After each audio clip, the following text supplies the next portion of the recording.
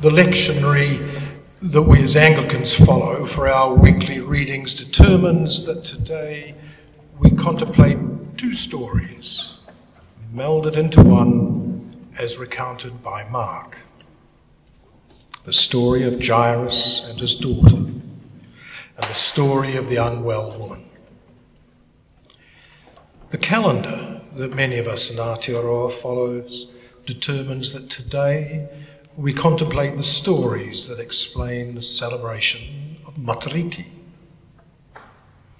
What, you might ask, could be a connection between the two rememberings? Let's go with Mark first. When thinking about any biblical text, especially when it comes to sermon preparation, I often try to synthesize what I have read and identify a few words that sort of resonate. For today's text, the notion of desperation, fear, persistence, faith, bravery come to mind. The desperation of a father whose daughter is ill, and the desperation of a woman who has for 12 years sought a cure for her illness. The persistence of both in tracking down Jesus and waiting for the right moment to approach him, and the bravery required to even approach him. Why bravery? Well, let's start with Jairus and his 12-year-old daughter. Every parent's nightmare is to have a desperately sick child.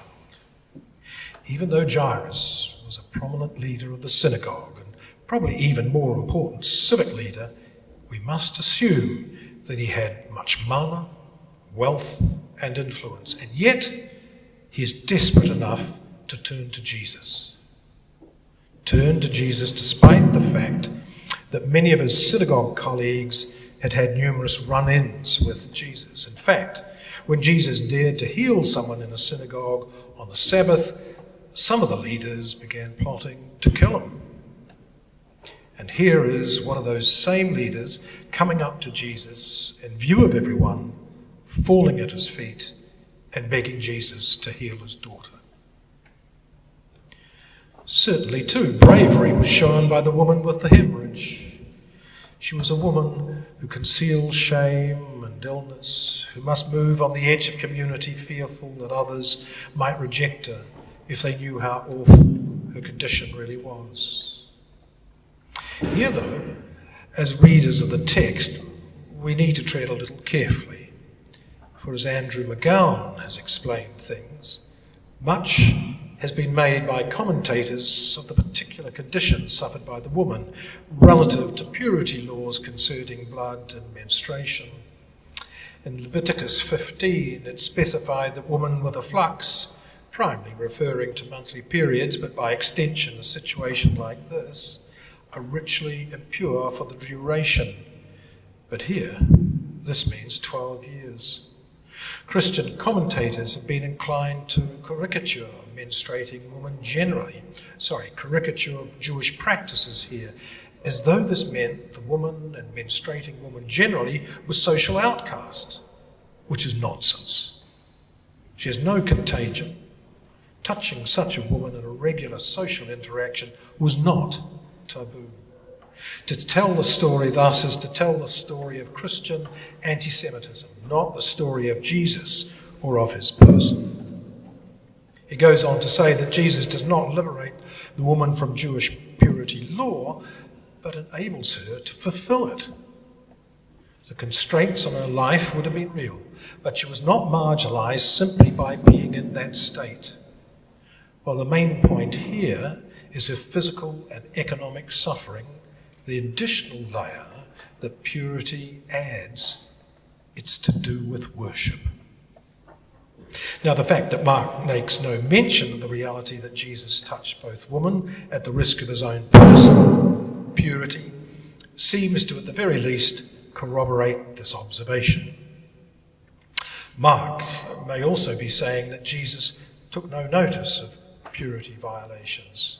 For Jesus, human need always trumps technical rules.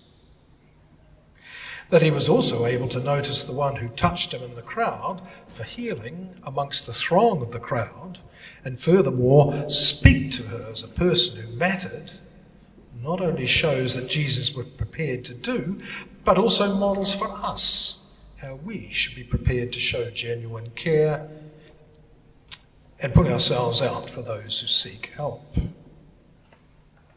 the same can be said of how Jesus responds to Jairus' entreaty. Jesus was prepared to put himself out, to walk some distance to the bedside of the daughter of the synagogue official, who at the least in the eyes of his followers could be seen as hostile to Jesus. Despite that, Jesus walks to Jairus' house through the crowds, remonstrates with those professional mourners, throws them out of the house. The New Revised Standard Version doesn't indicate that the throwing out was none too gentle. Takes the dead daughter by the hand and raises her up. A miracle that returns a dead girl to life. Now, talking about miracles, let's say, for the sake of argument, that we as a worshipping community made a public stand, for instance, on the side of Te Moana Nui Akiwa Jackson, Moana Jackson, lawyer, specialising in constitutional law, the Treaty of Waitangi, and international Indigenous issues.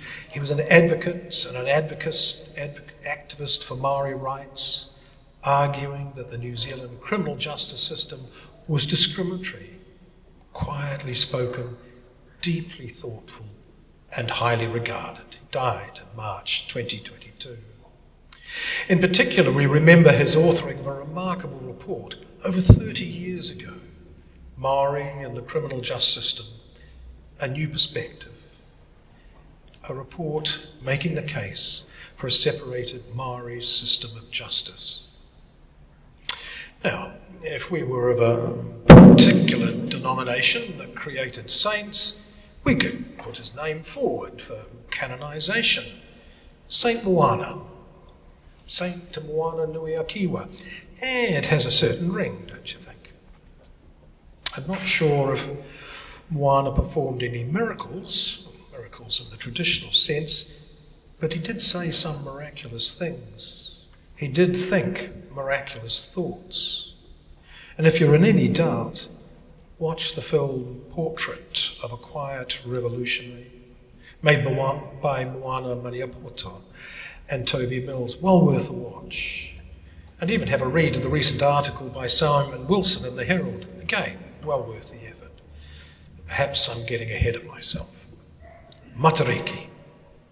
One of those occasions in the life of this land when the sphere of two worlds intersect in a demonstrative way.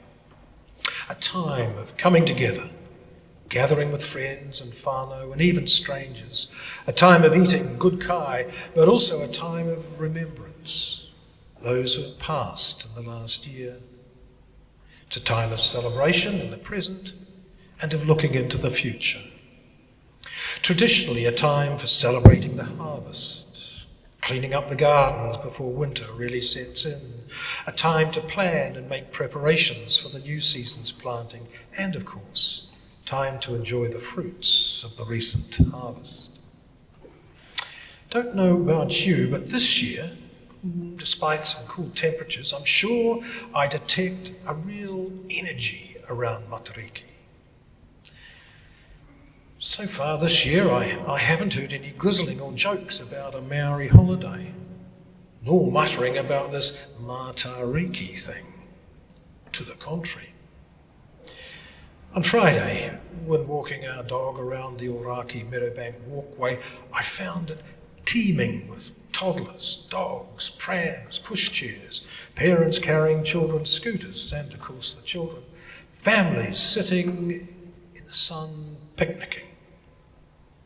I've heard of small groups of young people sitting on the sand at local beaches talking about the whānau who have recently passed, telling jokes at the departed's expense and remembering, usually with fondness, those both old and young whom they miss.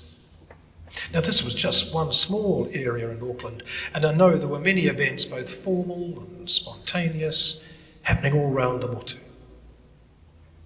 This is just the third year we have celebrated Matariki with a public holiday, so I hope this energy is not a passing thing, as I hope each public holiday is as fine as it was on Friday. However, it seems as though as a parish, apart from the fact that we've got some candles this morning, we may have been caught napping a little. Let me explain. Earlier on, I listed 5 words that spoke to me about this reading. Desperation, driven by fear, persistence, faith and bravery. I've talked a little about desperation, persistence and bravery, but have yet to attend to fear and faith. An odd coupling, you might think. Both the healed woman and Jairus feared for the future.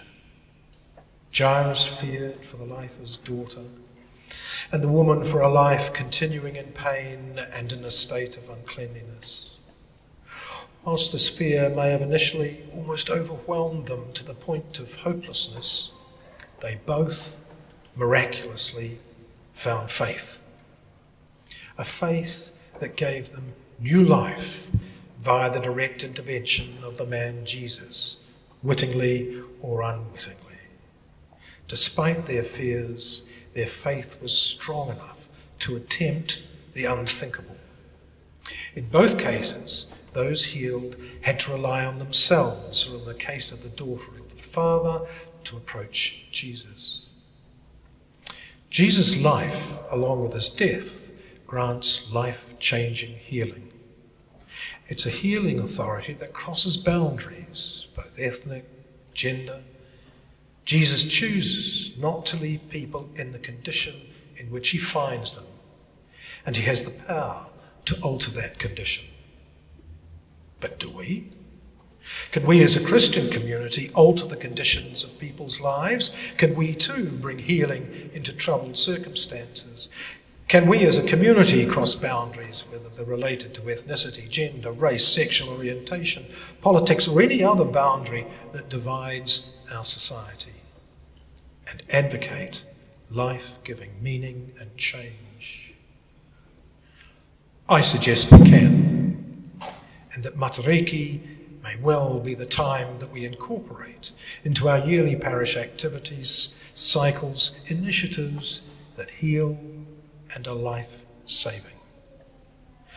Perhaps a good place to start would be an initiative close to the heart of Moana Jackson, advocating for an alternative Maori justice system that delivers justice of the people, for the people, and by the people.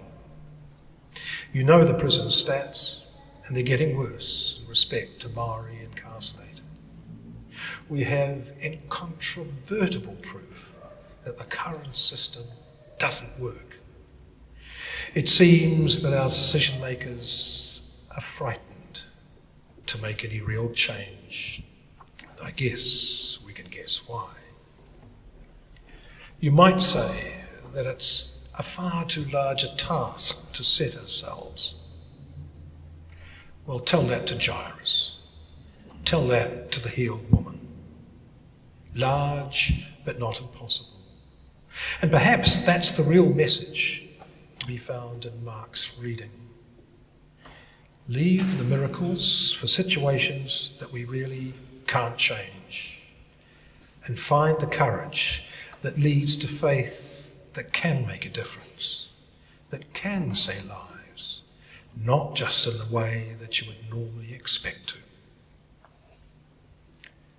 Ngā mihi o Matariki te tau hau Māori. Happy Matariki.